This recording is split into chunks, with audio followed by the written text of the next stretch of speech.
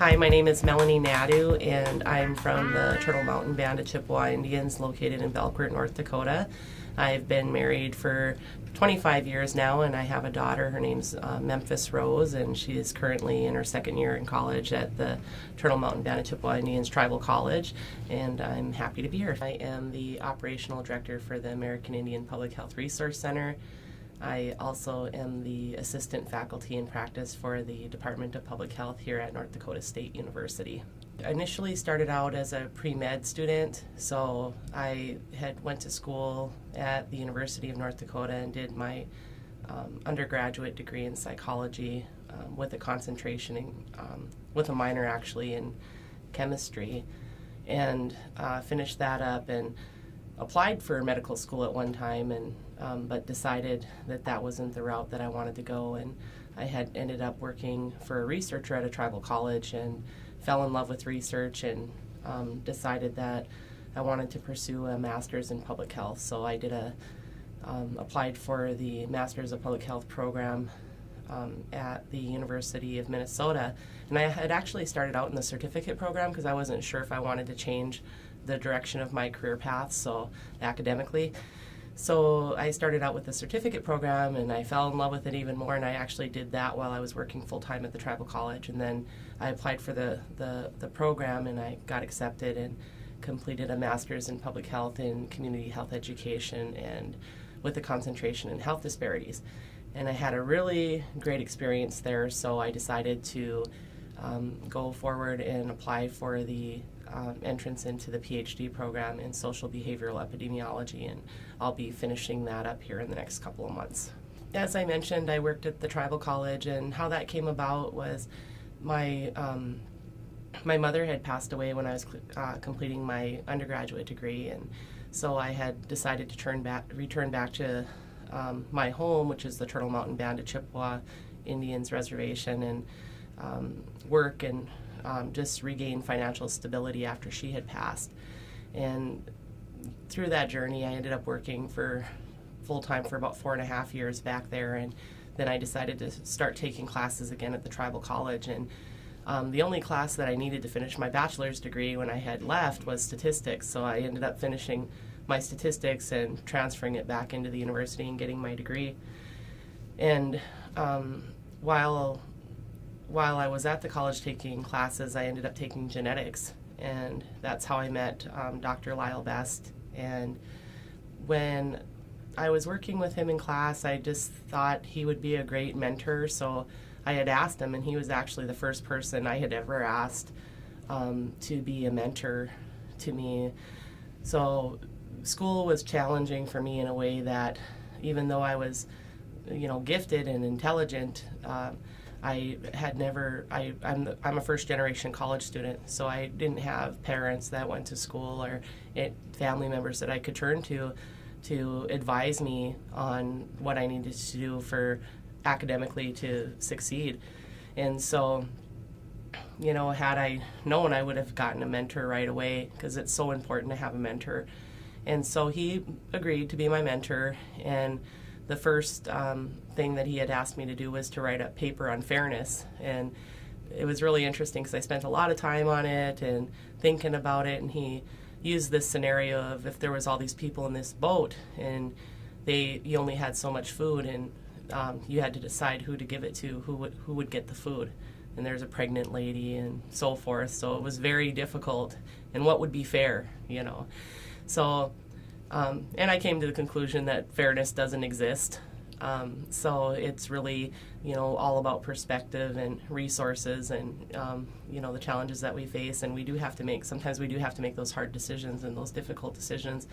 So being he was my mentor, he let me know that he was getting an INBRE grant, and that he wanted to know if I would apply to work to be the research technician. And he said he couldn't guarantee me anything, but he would like me to be in the application pool. And so I said yes, and I applied, and I was selected.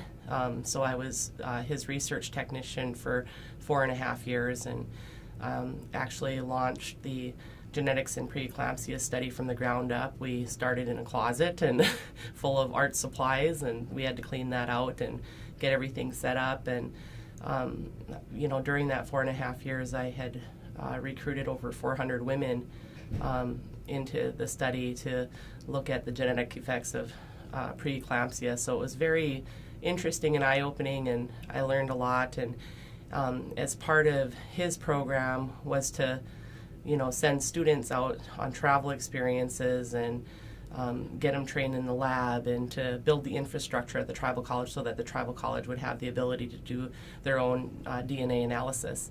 And so it was a great project to be a part of. And just through that experience, when I went on to my master's of public health, I was able to make connections because Dr. Best had sent me to a conference, and I ended up meeting Chris Rhodes, who is now the executive director of the American Indian Cancer Foundation. But when I had first met her, she was working for the community tobacco projects. She was leading those efforts at the University of Minnesota, and Dr. Best had introduced her to me, as well as Dr. Gene Forrester, who would end up being my advisor, and they let me know that these American Indian tobacco projects were going to be occurring in the cities. And so when I went there, I already was looking forward to a graduate assistantship coming up, and just had a really good experience, got to know the Native community in the cities, and ended up having mentors with Chris and